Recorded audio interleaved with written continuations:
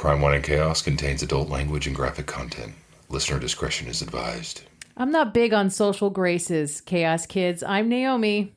And I'm Amber. Gonna slip on down to the Oasis. This is Crime, Wine, and Chaos.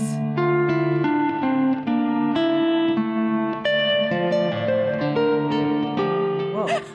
And cases? Yeah, fucking. Cases of wine. How much have you had to drink today? I wish I'd had a case. I've had literally 3 sips, and I'm like, well, this is the real me, folks. Hi, sister. Hi, sister. What's going on with you? Oh, let me think. Fuck, man. Not a whole lot. I got nothing. Because we don't even know how to speak. We're recording this on January 23rd. You guys won't hear this for a couple of weeks. So we're about 4 days into this new administration, and well, that's all we need to say, isn't it? That's all we need to say. Yeah, making a potential escape plan over here. 100%. Oh, I can't. I mean, I'm not going to escape because as a, privileged person in this country, I have a lot to offer in the way of resistance. Yeah. And a little bit more cover in order to do that. So I will be here holding down the fort while people flee. That's fine. Making escape plans for others. Yeah. Sure. For others. That's right. That's right. Oh my God. Holy shit. Holy shit, right? Fucking shit show. Yeah. I mean, look, those of us that have been paying attention for a really, really, really long time, we weren't surprised. We weren't surprised that the mask was fully off. We knew that this was the country we lived in. It's just, the mask is just fully off now. That's the part that was yeah.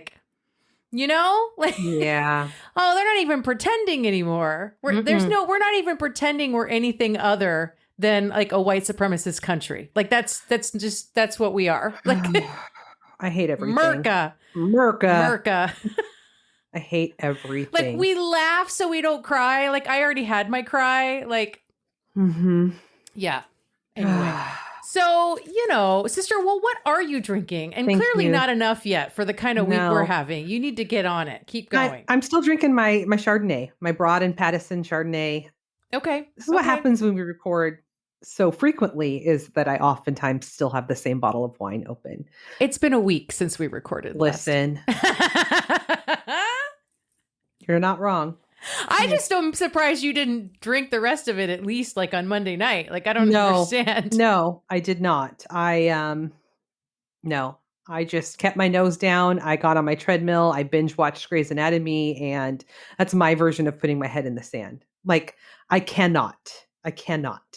Okay. Well, I'll re-engage. Don't worry. You'll re-engage. Okay, good. Because, for the record, Chaos Kids, this is that time. This is one of those moments in history where, are you going to be the neighbors who watched them take your neighbors away? Or are you going to be the neighbors who stood up for the neighbors that were about to be taken away? You know what I'm saying? This is a very defining moment. This is a defining moment. So, choose accordingly. That's all I'm saying. Because history will be written about this. So. Damn it. God damn it. I'm thinking of that old Chinese proverb, may you live in interesting times. This is it, you guys. We're in the interesting times now. So, show us who you are. Show us who you really are. No shit. Do we have any announcements for the good of the order? No, not this week. We do not. I do have one of my kittens in here. Right now, she's content behind my soundproofing curtain. But if she just decides to make an appearance, I might have to just comes flying out at your bun. Yeah. Yeah. Then I'll have to let her out of the room. We might have to have a moment. That's fine. Yeah. Sister, you have a crime for me today. I do. She says with this big sigh. Let's lighten the mood, shall we? Let's lighten the mood with a horrible crime. No. Yeah, it's not going to lighten the mood, but I'm going to tell you anyway. Thanks. Great. I'm going to tell you about the murder of Donna Zinetti. All right. Okay. Let's get into it. We are getting into it. We're in Laurel, Maryland in 1999. 99. Okay. Great year. Mm-hmm. Keith Longton and Donna Zinetti had only known each other for about 15 months. They met at a bar and the two were immediately attracted to each other. Uh-oh. Yeah. Keith was 44 at the time, and he was an iron worker and a bodybuilder who like worked out religiously. Okay. All Mhm. right. We like some big arms. Well, okay. I like me some big arms. Well, I'll speak for myself. I don't like or dislike big arms. We'll come back to that. Okay, great. He had been married and divorced twice. Donna was 36. She worked from home as a medical transcriber, but her true passion was fitness. Okay, so they got that in common. Mm-hmm. She was like an excellent runner, and she pushed herself every day at her aerobics class. Man, I need to get into aerobics. I'm telling you. I want to like Jane Fonda the shit up in here. You know what I'm saying? I did a step aerobics class for a while, and I really enjoyed it. Mm-hmm. Mm-hmm. Yeah. It was fun. YouTube University has everything that we need. That's how we learned how to do this. My podcasting certificate via YouTube. Mm-hmm. This is not an official endorsement for YouTube. No, it's not. I wish we were endorsed by YouTube. Okay.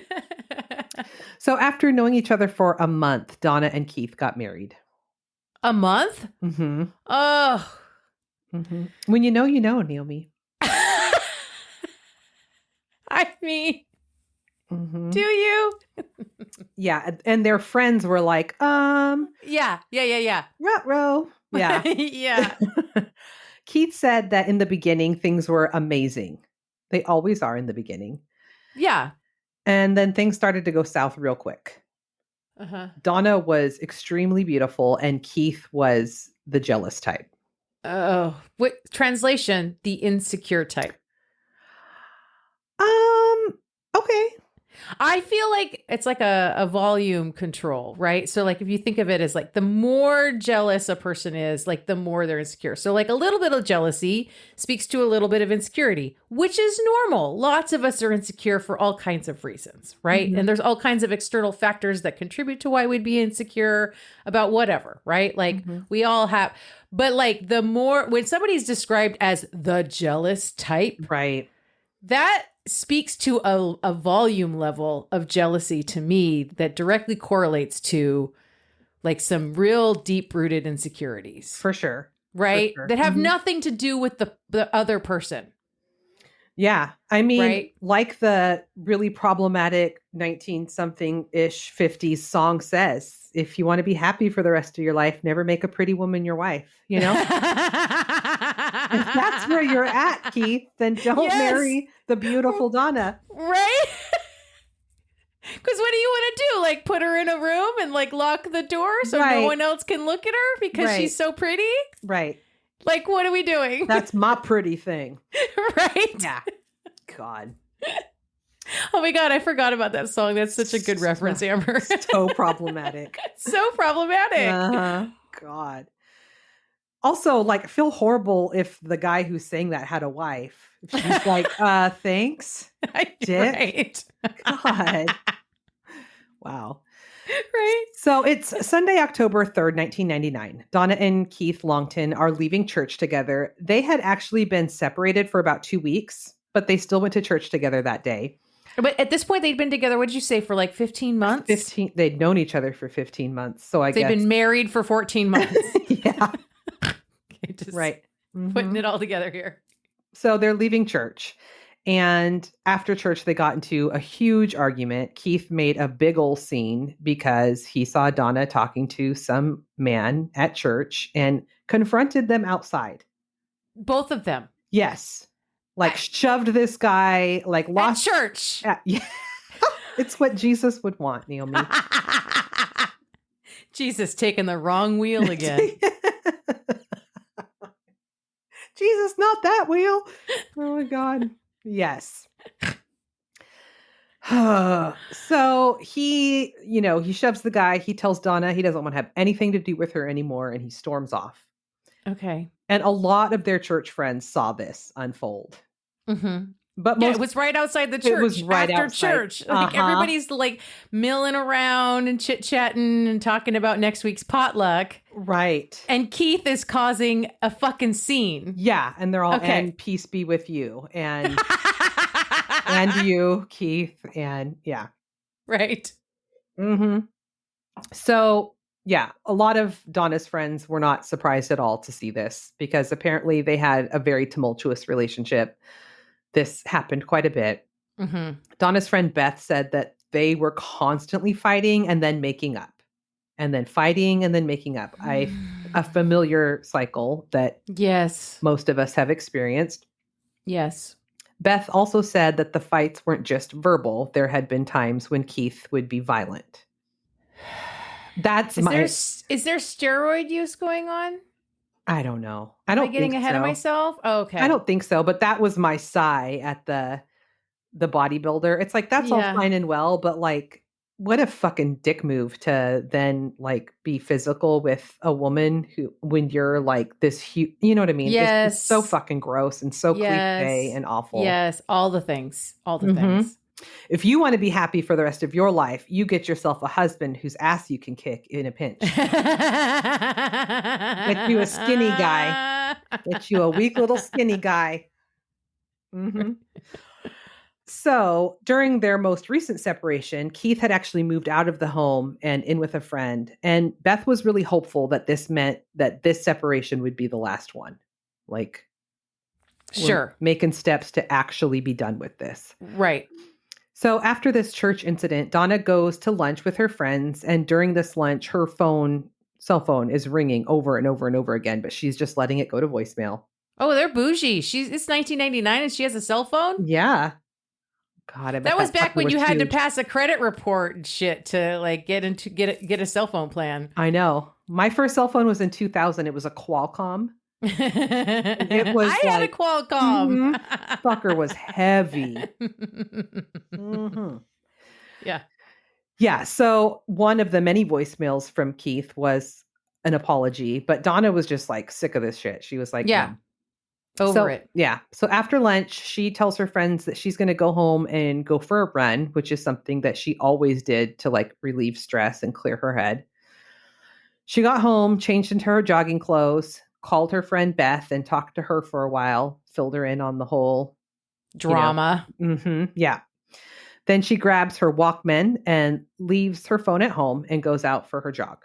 Okay. So by this time it's dark out and Donna is doing her route that she does all the time, which is like a semi-wooded area around her apartment complex. Okay. Mm-hmm. Later that night, her friends are repeatedly calling her phone to check in on her, but she never answers. Mm-hmm. So the next day, October 4th, in the early afternoon, a woman is walking her dog around the apartment complex when her dog starts to aggressively tug at the leash, leading the owner into the woods. Ugh. Mm-hmm. And the dog leads her right to the body of a woman in a red shirt, in jogging clothes. And this, of course, turned out to be Donna. Yeah. When the police arrive, they find Donna laying on her back with her running shorts and underwear pulled down to her ankles. She's wearing her red shirt and she had multiple stab wounds. Okay. Mm-hmm. There were also signs of a sexual assault and strangulation. Mm-hmm. She has no wallet or her phone on her, but luckily the janitor of the apartment complex recognizes that it is Donna Zinetti. Yeah. Yeah. So he takes police to Donna's apartment, which was unlocked. And inside they find her wallet with her ID, along with her cell phone. And nothing looked out of place. Nothing was out of the ordinary? Mm-mm. Nope. It was exactly how they know Donna left it. The night before, they saw it there. They were when they had dinner at Donna's house. Mm-hmm. Mm-hmm. This is Donna's vibe for sure. Uh-huh. She had clean laundry folded on her bed. You know, it all just Totally ordinary. Totally Yeah. ordinary. Yep. Donna had 21 stab wounds and had been raped. Holy shit. Mhm. 21. 21. The stab wounds were on her face and on her head. Oh, Yeah. God. That's brutal. So brutal. She had several on her neck and chest, along with multiple defensive wounds on her hands. Mm. Mm-hmm. Because of the stab wounds and the overkill, the police believe that this was a personal attack. Yeah. Someone who knows her. I mean, we all know who did this. Mm. Ooh, but ooh.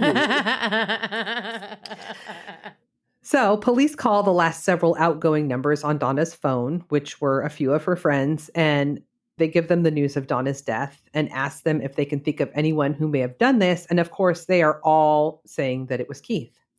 Yeah. Yeah.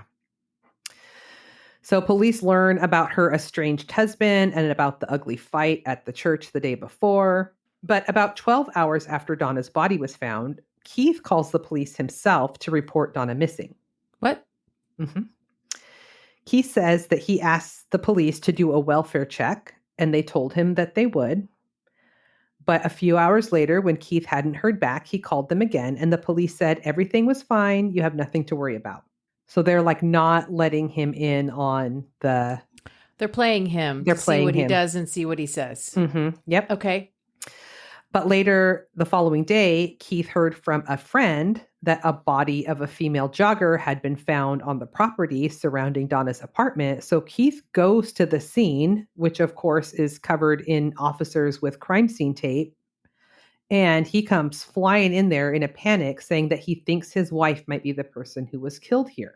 So Keith is talking to one of the officers and asking if the person who was found was Donna Zinetti, and the officers tell him that he can't release that information.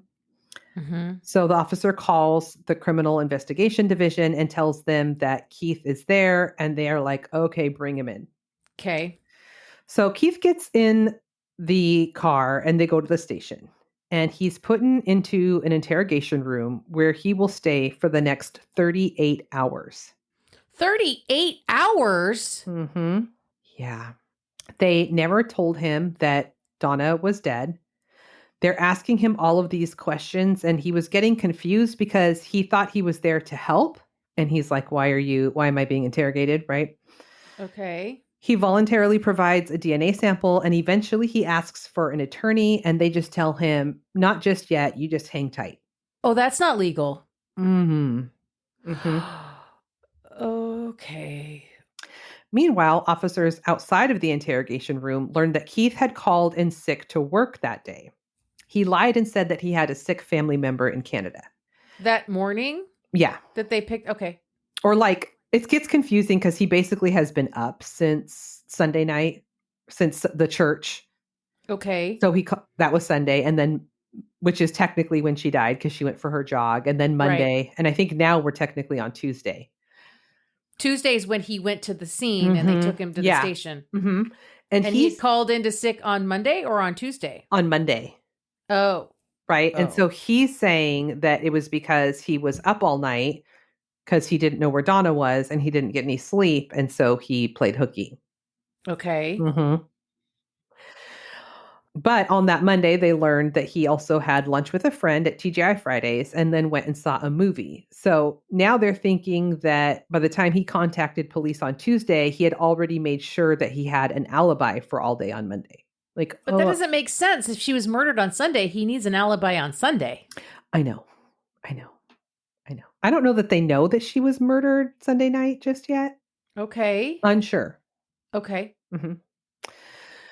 But, he doesn't have an alibi for Sunday night or, other than being at home repeatedly calling Donna after their church fight, right? Right. And his roommate, because he was staying with a friend at the time, was at his girlfriend's house that night. So he says he had no idea if Keith was at home or not. Fair. Yep. So police are thinking this is too easy. We don't even need to look for another suspect. This is ridiculous. No. Okay. Eventually, Keith starts to break down and he is screaming and crying and saying he did not kill his wife. So then the police bring in photos of Donna in the morgue. Oh, for God's sake. To show Keith, and he fucking loses it. And then they start to tell him that he had information that hadn't been released to the public yet, like the fact that he knew that she was found with a Walkman on her. And Keith was like, I bought her that Walkman and she goes running every day and she always takes her Walkman. Like, I know this because she's my wife. Right. So, yes, he's interrogated for 38 hours without any sleep. And every time he asks for an attorney, they told him as soon as he confesses, they will get him one. That's not how this works. Mm-hmm. Okay. Mm-hmm. Fucking cops, man. They feed him a story about how he went to her apartment that night, and that's when he found out that she was having an affair. And then he took a knife and killed her. They ask Keith to repeat this story, which he does, and they decide that's the confession. Ooh. So they handcuff him and tell him that he's being charged with murder. And he is booked into jail and denied bail. And the probable cause statement said that Keith had confessed to killing Donna. Oh my God. Because at this point, he's just delirious and desperate. Yeah. Well, yeah. And they're like, repeat after me. And so he does. And they're like, yep, boom, confession. Yeah. They're using torture tactics. Yes. So trial is set for September of 2000. But this other detective, a woman named Captain Meredith Bingley, had been working on 2 cases of rape over the past 6 months that were committed by someone carrying a knife. One had happened on Halloween night and the other in early November. And both of these victims were in the Riverdale area, which was about 13 miles from where Donna lived in Laurel. You've just introduced me to the one good cop in that state. Here we go. Here we go. Okay. There might be more. I don't know. This is the one that I know about. No, we've decided there's like one in every state. Oh, okay. We decided. Detective. We talked about this. So then after that, there were a series of sexual assaults in Laurel. So the woman who was attacked on Halloween night in Riverdale said that she barely escaped. This was just a few weeks after Donna's murder, and the woman was unloading groceries from her car to her apartment when a man approached her and started making small talk. He said his name. Thank you. No, thank you, sir. No. Nope. Fucking hate it. He said his name was Kevin, and he asked her if she had a tissue. So she goes inside to get him one and doesn't. What? She's like, sure, no problem. I've got some in my bathroom. Hold on a second. So she goes inside, but she doesn't lock the front door behind her. And he came in, held a knife to her neck while he dragged her to the bedroom where he sexually assaulted her. The woman described the suspect as a black male between 5'8" and 5'10". He was well dressed in a leather jacket, smelled like cologne, and was wearing a pinky ring with an onyx stone. Sir, don't be like, that's very specific. That is so specific. Yeah. Might as well just have like a face tattoo while you're at it. Did any of the other sexual assault victims describe their attacker? Yep, we're getting to match this description. Oh, okay. Sorry, I'm sorry. No, you're such an investigator. Are you Captain Meredith? No, I'm basically an FBI profiler. We talked about this. Yeah. Okay. So then on the 15th of November, with this other victim, a woman was with her son walking into her apartment building. And this was like where the doors to individual apartments are inside the building type of unit. So she's walking into her building when a man comes up behind her quickly and grabs her and her son, drags them off into the woods around the apartment, threatens her son, and attempts to sexually assault her. With her son right there? What? Yeah. Wild. I don't. All I know is that he attempted to. So I don't know what transpired where he, whatever, if someone was coming and he ran off. But brazen behavior with the son right there. Yep. So about 20 miles away in Washington, D.C., an arrest is made on a rape case there. So Captain Meredith here is watching this story on the news, and the reporter says that the victim in this case was attacked while she was bringing in groceries. So Captain Meredith is like, holy shit, I need to get in touch with the DC officers and get some more information about this guy. Right. So she calls and gets the details, and the case that they have been investigating there occurred on October 28th. In their case, the victim was carrying in bags of groceries and the suspect holds the door open for her. He says that he is looking for someone named Kevin Johnson. And she says, I'm sorry, I don't know a Kevin Johnson. And then he starts walking towards her apartment door with her, and he comes up behind her with a knife, pushes her in, and sexually assaults her. So scary. So now she knows that not only is this the same MO, but this name Kevin is being used in her case and this Washington, D.C. case, right? Okay, yeah. So the D.C. victim describes her attacker as black, light build, in his 20s, and wearing a pinky ring. The pinky ring! Mm-hmm. Yes. So 2.5 weeks later, the D.C. victim and her fiance were at Union Station Shopping Mall, and they're shopping for jackets that they wanted to get, like matchy jackets. Okay. When the fiance is approached by a store employee named Antonio Osby. The victim sees the employee who is helping her fiance. She freaks out and runs out of the store. And her fiance follows her out, and she's like, "That's the guy who attacked me." Oh my God. It's like that serial raper case I told you about where the gal was the cashier at the grocery store. Yes. Ooh, gives me the chills. Holy shit. Mm-hmm. And this was the very first time that she had been out since the attack. That's wild. What? And they're at Union Station, which is like so fucking populated. Like, right. What are the chances? Right. Mm-hmm. So she's like, "I'm positive that's him. He's wearing the pinky ring." So she reports this. The DC police, run this guy's name. They see a prior sexual assault on his record from 1996, and he's brought down to the station for questioning. Mm-hmm. So Captain Meredith hears about all of this. She does a lineup with her two victims, and one of the victims points out Antonio right away. Uh-huh. And it's like, "Yep, that's him." The other victim from Captain Meredith's case also tells her that when she was attacked, her attacker told her that if she didn't cooperate, he would kill her like he killed the woman in Laurel. What? Mm-hmm. Mm-hmm. So this means that there are potentially 6 additional assaults after Donna's murder. Right. Yeah. Mm-hmm. The murder that was all wrapped up in a day because we got the guy. We got it. After we tortured him to confess. Yes. Yeah. So Captain Meredith contacts the homicide detectives who have arrested and charged Keith. And she says, "I have a serial rapist who matches the MO of your Donna Zinetti case." And they're like, Thanks, little lady. But we've got our guy. Mm-hmm. Oh, no. Here we go. Uh-huh. But Captain Meredith here has DNA from her victim and from Antonio, right? Mm-hmm. But the homicide detectives in Donna's case are certain that this is Keith. It's not your guy. Whatever. Move along, right? In January of 2000, the DNA results from the rape kit performed on Donna come back, and it's not a match to the sample Keith provided. So even knowing this, the prosecution decides to move forward with prosecuting Keith.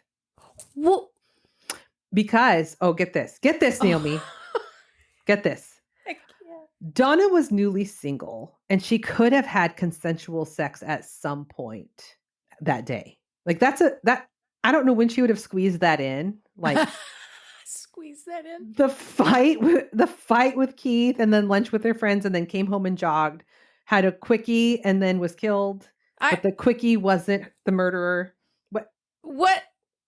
They're like, these guys will do anything to not be wrong about something. Mm-hmm. They just cannot be wrong. Yeah. Yeah. So, yeah. Also, like, Donna was super close with all her girlfriends and talked to them about everything. And none of them knew of any new man in her life. Like, they would. Right. Someone would have been like, "Oh, yeah, she had a guy." Yeah, totally. So by March, Keith is still in jail awaiting his September trial. And Captain Meredith decides to take Antonio's DNA to the state lab to have it tested against her 2 cases. And while she is there, she's like, "Go ahead and run that against the Donna Zinetti case as well." Can she do that? She did. Well, then I guess technically she can. She fucking did. The DNA results don't come back until June. So Keith has been in custody for 8 months. Oh my God. He has lost his job. Uh-huh. He lost his home and his cars. Mm-hmm. when he was evicted, all of his belongings were just like put out on the curb. Yep. And of course, Antonio Osby's DNA comes back as a match to the DNA in Donna's case. Yep. Of course. And Captain Meredith's cases. Right. Mm-hmm. When Antonio is interviewed by police, they hand him a photo of Donna and ask him if he knows her. And he says he has never seen her before.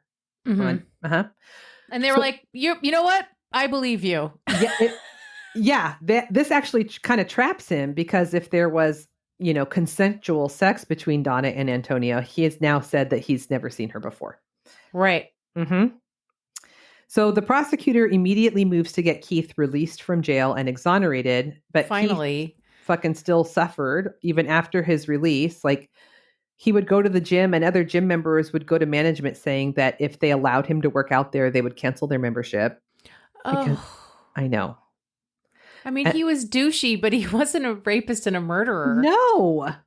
Even douchebags don't deserve to be in custody wrongfully. Right. Yeah, nobody deserves that. There's still a whole bunch of people in the community that believe that he killed Donna. So Antonio was charged with the rape and murder of Donna. Some of the detectives on Donna's case still think that they had it right with Keith. They think that she was having a consensual sexual relationship with Antonio, and Keith found out and killed her. With a known serial rapist. What? Mm-hmm. Yes. Yeah.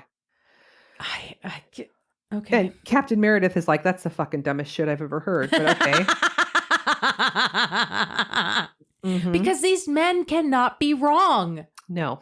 Nope. She believes that Donna was killed when the other women weren't, because she fought so hard. Like, she wasn't cooperating. Yes. Mm-hmm. So Antonio was found guilty of the rape and murder of Donna and was sentenced to 2 life sentences. Keith filed a civil suit against the county along with the chief of police and several individual officers. In his suit, he makes a request that marathon interrogations be outlawed and that all interrogations be videotaped. Yes. Mm-hmm. It takes several years of back and forth appeals, but finally in 2011, Keith wins his suit and is awarded over $7 million. Whoa. And the law was changed in Maryland, where interrogations for significant crimes are required by law to be videotaped. Finally. Mm-hmm. That is the murder of Donna Zinetti. You know what, sister? You did it. You did it. I surprised you? Yes. Thank God, because every time you're like, so-and-so did it. I'm like, okay, the end. Thanks for... I'm glad I researched that all day. Mm-hmm. I'm gonna really Holy shit, that is wild. Mm-hmm. Oh my God. It really reminds me of that local case that actually a Netflix docuseries was made about, called Unbelievable.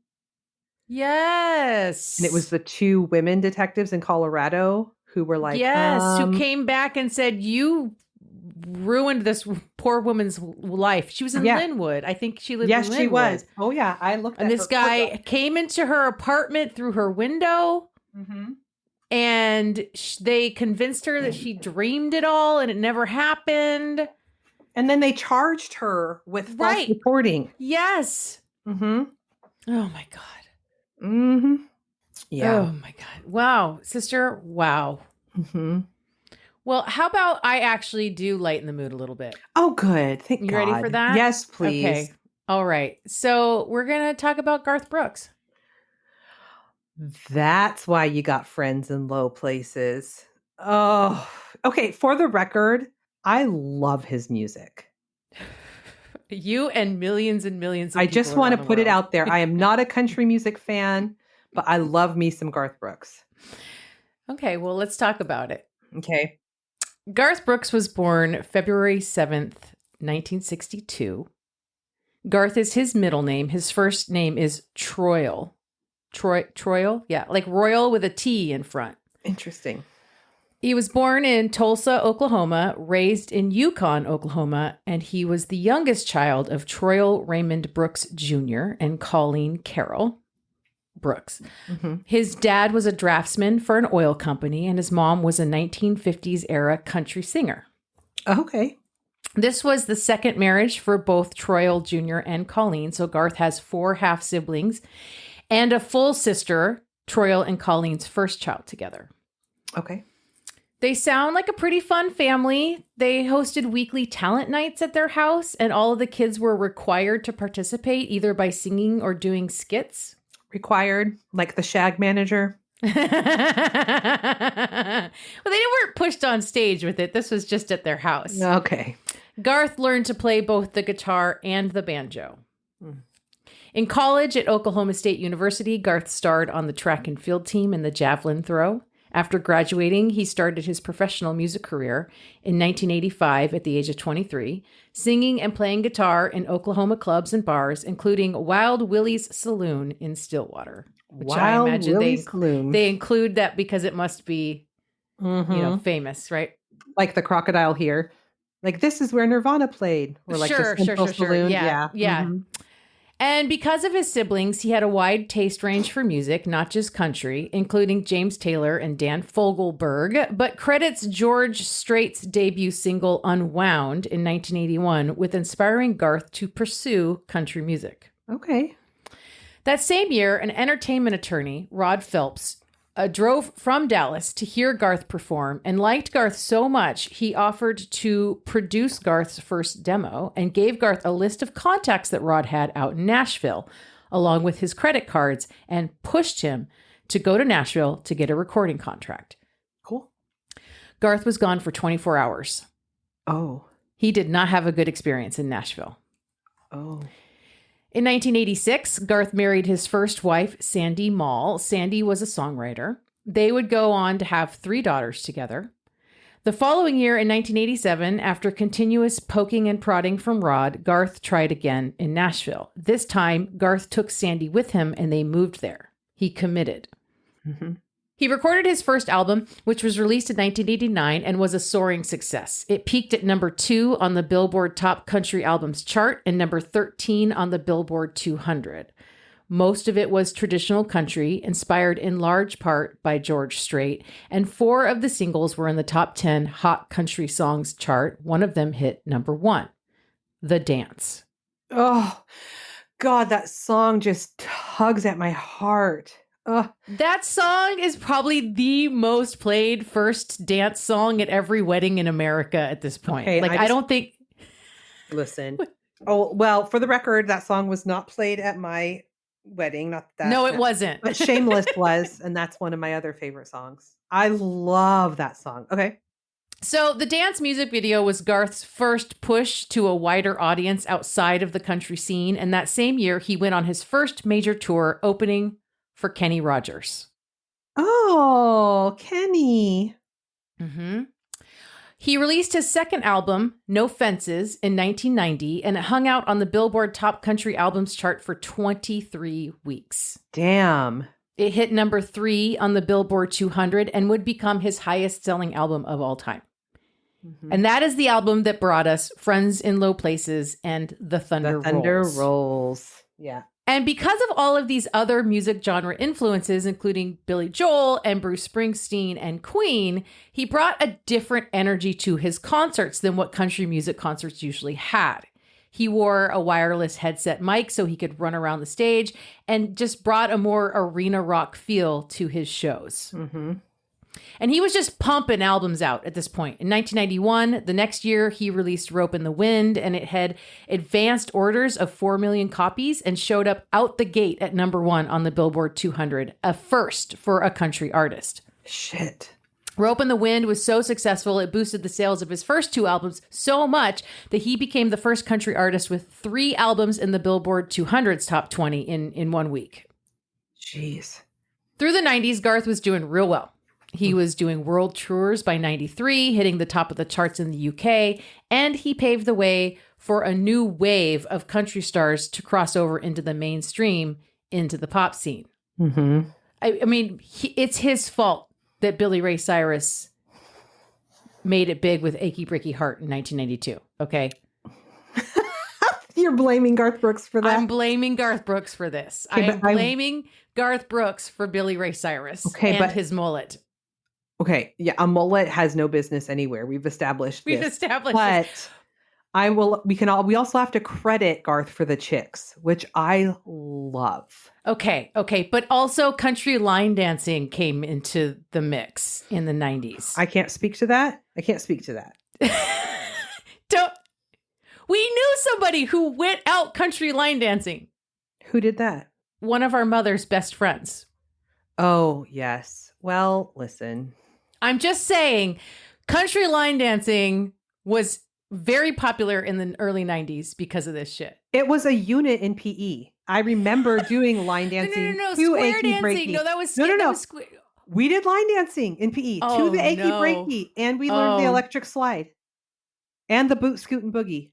Okay. That happened. I'm blaming it all on Garth Brooks. Okay. All right. Fair. You know what? You got to take the bad with the good. You know what I'm saying? That's true. That's fair. Between 1989 and 1997, Garth released 8 albums selling over 100 million copies and was the most successful solo artist in U.S. history. Every one of his albums had gone diamond. The only one that didn't was a very lightly promoted Christmas album that came out in the summer of 92, but it still managed to go triple platinum and is one of the best-selling Christmas albums of all time. Jeez. Literally, this man could do no wrong for like a decade. Uh-huh. Did you say between 89 or 86 and 89, he did 8 albums? No, 89 and 97. Oh, okay. I was like, my God, how do you do? Okay. Still, that's a lot. Still a lot. Mm-hmm. Early in the year in 1999, he separated from Sandy, although they wouldn't make their plans to divorce public knowledge until the following year. He also joined the San Diego Padres, a Major League Baseball team, for spring training. To play? Yeah. But that didn't really pan out for him. He didn't go further than spring training. Because he's just a pro ball player out of nowhere? Yeah. Okay. Yep. Oh, boy. And then he did something really strange in October of 1999. Uh-oh. Garth released a soundtrack to a movie that had yet to appear in theaters. The album was titled Garth Brooks in The Life of Chris Gaines. Mm-hmm. The screenplay, yes, the screenplay and detailed backstory of this alter ego was all Garth's idea. Mm-hmm. He worked on it through his production company, Red Strokes Entertainment, and partnered up with Paramount Pictures to develop this film titled The Lamb. The script and the backstory for Chris Gaines was super detailed. Chris Gaines was born in Australia in 1967 and moved to LA in 1972. During his early years in school, he showed an aptitude for music, which his parents did not particularly care for because they were Olympic swimmers. What? This is so weird. Mm-hmm. In high school, he and his friend Tommy would form a band called Crush, and they would become successful big-time rock stars. Mm-hmm. Until tragedy struck when the band's frontman, Tommy, died in a plane crash. Okay. This would move Chris into a solo career, a successful one, but his personal life would be riddled with tragedies, including losing his father, losing his home in a fire, and suffering a debilitating sex addiction, while also being ripped off by a bunch of greedy music business people. Whoa. There's a lot to unpack there. Mm-hmm. A sex addiction. Oh my God. There's more. Okay. Chris would end up needing extensive plastic surgery on his face after a near fatal car crash, and it is post-reconstruction that Garth would start portraying Chris Gaines. Okay. Okay. And then, after surviving this accident and right on the edge of a major comeback, Chris would end up dying under suspicious circumstances. Okay. The actual plot of the film revolved around a superfan who is investigating Chris's death, certain it was a murder. I'm uncomfortable right now. Why Are you having the tingles? I have the tingles right now. The film was supposed to cover Chris Gaines' 15-year-long career, and Garth would portray Chris in scenes of concerts and interviews. The movie was planned to be released in the summer of 2000. Mm-hmm. Garth Brooks in The Life of Chris Gaines was also released as Gaines's Greatest Hits, while all the prior albums the songs came from were, of course, fictitious. I don't understand. So the album was called Garth Brooks in The Life of Chris Gaines, but they also released a version of it that was called Gaines's Greatest Hits. Mm-hmm. It was the same album. But all the songs on this album were from fictitious albums because Chris Gaines is not a real person, so he can't have greatest hits. I see. Okay. The cover of the album is literally a moody, emo close-up headshot of a noticeably slimmer Garth Brooks. He dyed his hair dark, almost black. Well, actually, I think it's a wig. And it's like, you know, that late 90s kind of goth rock hairstyle where it's brushed forward and moppy and pointy at the same time. Mm-hmm. And then he wore eyeliner and he had a clean-shaven face except for a dyed black soul patch right beneath his bottom lip. Mm-hmm. Worth noting, the hair and makeup artist for this photo shoot for this album cover was Lance Anderson, who worked on Crime, Wine, and Chaos alum The Island of Dr. Moreau, starring Marlon Brando and Val Kilmer. God. Wow. I love it when we can do a callback. Samesies. The idea behind this whole thing was to introduce Chris Gaines before the movie, right? That's why they released the album before the movie, and create a relationship and familiarity with this character.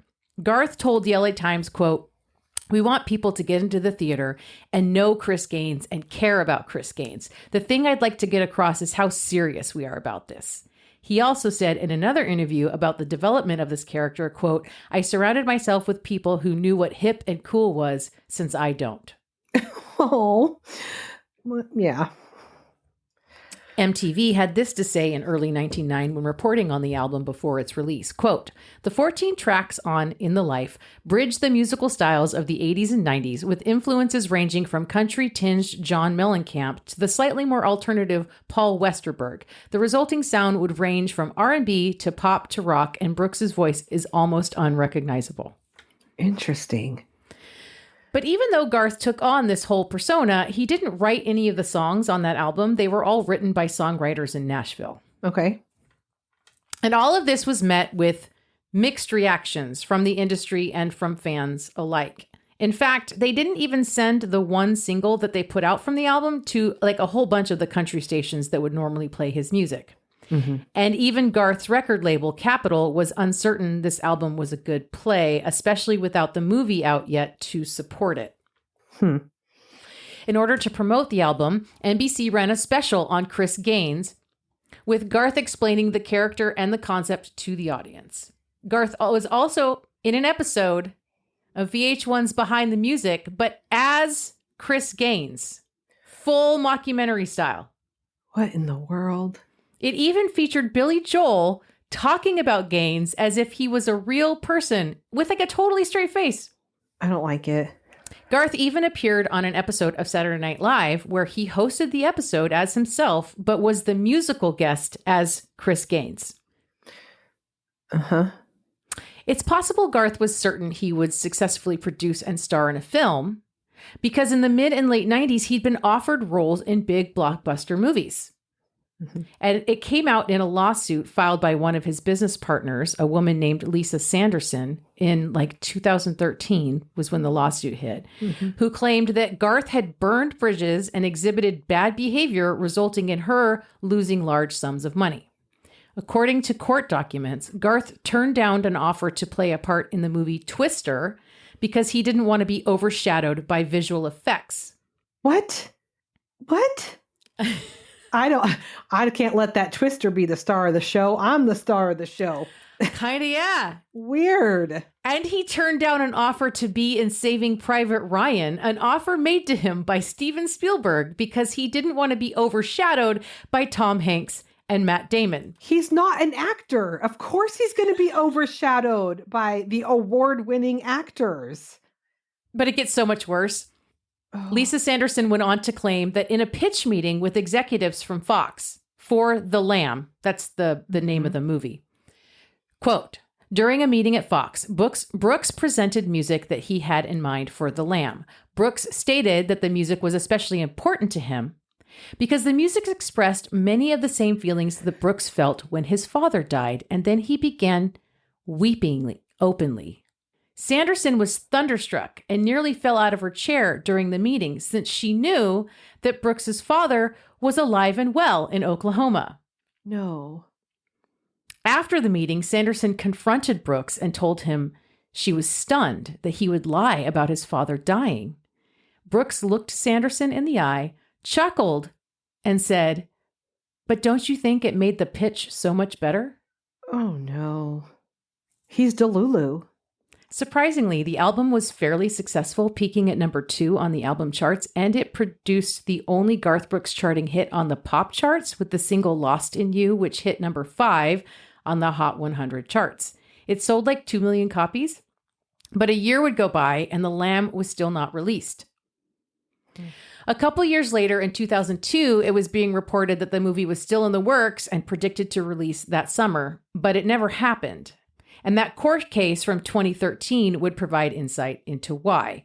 Garth had issues with the publishing revenue split with the movie studio, so he was arguing with them about how much he should make. Others would say it was also partly because people just did not get what he was trying to do, and the film was not looking like it would be successful. Right. In 2015, Garth did a radio interview where he was asked about The Lamb, and he said, quote, "I don't think you're ever going to get that movie at all. All I can say is my ribs are still sore from getting the shit kicked out of me for doing that one." Oh. Although he's never fully given up on releasing more albums under the Chris Gaines name. Garth started talking about retirement as early as 1992 and finally officially announced his retirement in October of 2000. Although he did release a final album in November of 2001 and did a few performances for promotional purposes, but said he would be retired until his youngest daughter finished high school. In 2005, he married country superstar Trisha Yearwood. Mm-hmm. He did a benefit concert, cut a deal with Walmart for exclusive distribution rights on his albums, put a couple box sets out, and he did 9 shows in 2007 at the Sprint Center in Kansas City. It was originally supposed to be 1 show, but the demand was so high they added 8 more, and all 9 shows, equaling 140,000 tickets, sold out in under 2 hours. Oh my God. He did a residency in Vegas, performing on the weekends from 2009 through 2013, and performed at the Obama inaugural celebration in Obama's first term as president of the United States. And he continues to make appearances and do shows. He's definitely not retired. Right. In 2019, A&E did a 2-part multi-hour biography film about Garth Brooks. I watched that. It was You've seen it? weird. There was a lot of staring off into the distance. And a lot of crying. Uh-huh. It was weird. It was weird, right? Mm-hmm. Weird. Uh-huh. Yeah. Like uncomfortable. Tingles. Like I watched it too, and I don't even love Garth Brooks or his music. Like I was just like scrolling one night and like there it was, and I was like, what's this about? Mm-hmm. And I started watching it for like lack of anything better to do, and I was hooked because it was so weird. Mm-hmm. He's weird. Yeah. And then there's Where's the Bodies, G? What? Supposedly, Garth did a tour announcement video where at the end he said, "Let's get physical playing music," with this uncomfortable smile on his face. Like this, because he's weird. Mm-hmm. He's weird. And comedian Tom Segura commented on an episode of the podcast he does with his wife, Christina P., that Garth looked like he has killed multiple people before. Okay. This was not the first time that they made fun of Garth Brooks on their podcast. They have a long tradition of doing so. On that particular episode in November of 2018, Tom says, quote, "We've been really, really on one with Garth Brooks the last few weeks, or months, really." And later in the episode, as they were making fun of Garth's awkwardness on that video, Tom says, quote, "What he's thinking about is all the bodies he's got stacked in graves in his yard, for sure. He's probably killed 200 to 300 people in his life." And it's really this throwaway moment in the podcast that doesn't even really elicit much of a response from Tom's wife or the other guests on the podcast. But over time, and because he's mentioned it since, and he's constantly talking shit about Garth Brooks, it's caught on. Mm-hmm. And so Tom's fans start bombarding Garth's socials in his comment sections with, "Where are the bodies, Garth?" Oh, God. And Tom and his wife continued to poke at Garth after that over the last few years on their podcast. So it's becoming this running joke. One thing that has helped fuel the whole thing is Garth Brooks seems completely unaware of what is happening and that he's the butt of this joke, or he doesn't care. Mm-hmm. As time has gone on, the comments have evolved from "Where are the bodies, Garth?" to other comments like, "Garth, the families need closure." And Garth, please return my grandma. That's terrible. Oh. The comments have also gone beyond Garth's own social media. Anytime other outlets post an article about Garth Brooks or mention Garth Brooks, there are at least a few comments about Garth being a serial killer, along with the regular jabs at his Chris Gaines persona. Mm-hmm. People have brought "Where are the bodies, Garth?" signs to his concerts and even made it onto the big Jumbotron screens by the trolls because they'll like wait until they'll hold up like a normal sign. And then once their sign is up on the Jumbotron, they'll swap it out for "Where are the bodies, Garth?" That's awesome. And one of the reasons that the "Where are the bodies, Garth" meme has stuck so hard and taken on a life of its own is because it's just a fun way to highlight just how weird Garth Brooks is. Mm-hmm. But it's wild because online sleuths have put together this whole theory about like these missing people that went missing on the nights when Garth is in town doing a show. Oh, God. And a lot of people take this ridiculous joke a little too seriously. Mm-hmm.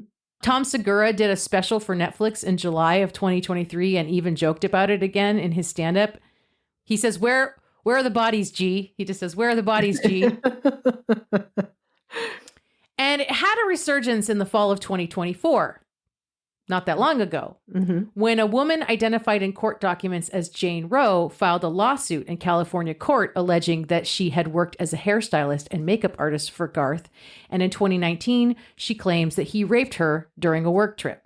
Oh, jeez. Roe started working on Garth's hair and makeup in 2017 after doing the same for his wife, Trisha, starting in 1999. The lawsuit claimed multiple instances of sexual harassment and assault, culminating in the rape in a hotel room in Los Angeles. Initially, Garth had tried to block public disclosure of the lawsuit by preemptively filing anonymously himself to keep it out of the public. After she filed, also anonymously, Garth shot back with his own lawsuit and publicly named her. Jeez. In a statement to CNN, he said, quote, "For the last 2 months, I have been hassled to no end with threats, lies, and tragic tales of what my future would be if I did not write a check for many millions of dollars. Hush money, no matter how much or how little, is still hush money. In my mind, that means I am admitting to behavior I am incapable of. Ugly acts no human should ever do to another. We filed suit against this person nearly a month ago to speak out against extortion and defamation of character. We filed it anonymously for the sake of families on both sides." Mm-hmm. So yeah, Garth Brooks adamantly denies that any of these claims are true, and Trisha stands by her man in this. In December of 2024, his motion to dismiss the lawsuit was rejected by the court, while he has filed a countersuit in Mississippi against Jane Roe, citing defamation, false light invasion of privacy, and intentional infliction of emotional distress through outrageous conduct. Wow. And that is Garth Brooks, you guys. Jeez. He's just chaos in and of himself. Yeah, he is. Wow. Wow. I was fully entertained by that. Oh, good. Thank you. You're so welcome. What made you decide to do that? Has that been on your list for a while? Yeah, it's been on my list for a while because of the Chris Gaines shit. Yeah. And then when I saw, being on like, chronically online, I saw the stuff about the Tom Segura jokes, and then I saw the articles about the rape allegations. So I was like, okay, this guy's just a chaos story. This whole guy is just chaos. Guy. It's not quite Betty Page, but you know what I'm saying? I do know what you're saying. Wow. Wow, wow, wow. That was amazing. Thank you for that. You are so welcome. Well, sister, we did it. We did it. Another one in the can. You guys know what to do. We go give us rating wherever you're listening to us. If you're listening on an Apple product, go to Apple Podcasts. Give us a typey review. We love those. We do bonus episodes every month over on our Patreon. So for $5 a month, you can get an extra episode every month. And we drop new episodes a day early. And we do virtual wine nights sometimes. So go on over to patreon.com/crime, wine, and chaos. Join the club. That's all true. That's all true. You don't even have to pay to be a part of the Patreon. You can join as a free member and see all the stuff we post over there that's not behind the paywall. Yeah, just hang out over there. Yeah, for we sure. love that. Yeah. What else? Sister. Love you. I love you, but holy shit, that was chaotic. Goodbye. Bye.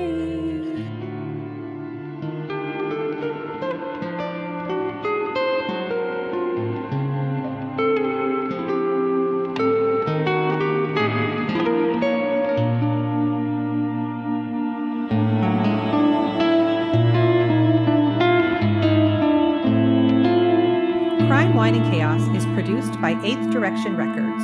Artwork by Joshua M. Davis. Music by Paul Abner. If you would like to support the show, you can visit our Patreon page at crimewineandchaos.com/Patreon. Cheers. Unrelated. I am burning up. Oh, it's totally unrelated. I have a cat issue. Just a second. Deal with the cat.